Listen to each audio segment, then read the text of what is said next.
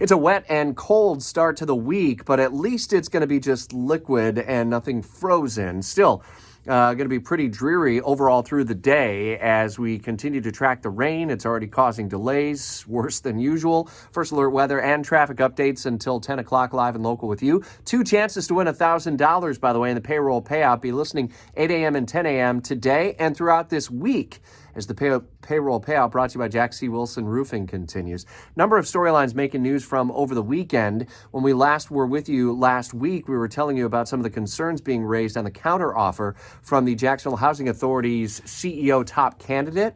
Well, he pulled himself out of the running late on Friday with an email to the JHA, so they go to their second leading candidate, and we'll see about contract negotiations on that story. An update on the hit-and-run crash that left a 14-year-old boy critically injured in southern St. Johns County, as on Sunday, the sheriff's office reported that they found the vehicle involved. It is still unclear as of this morning whether the driver is in custody or will be facing any charges. All the while, the teenager's church and his community in the Flagler Estates area is rallying around him and the family to help defray some of the medical expenses. Jaguars interviewed 4 candidates for head coach. 6 more are being requested for interviews. One name that is off the list is Mike Vrabel. He goes to New England, his old team, so he is out of the AFC South altogether. And we'll see what names may bubble up or if any other new names may pop up on the list throughout Jacksonville this week. And Jacksonville's mayor may consider making her very first veto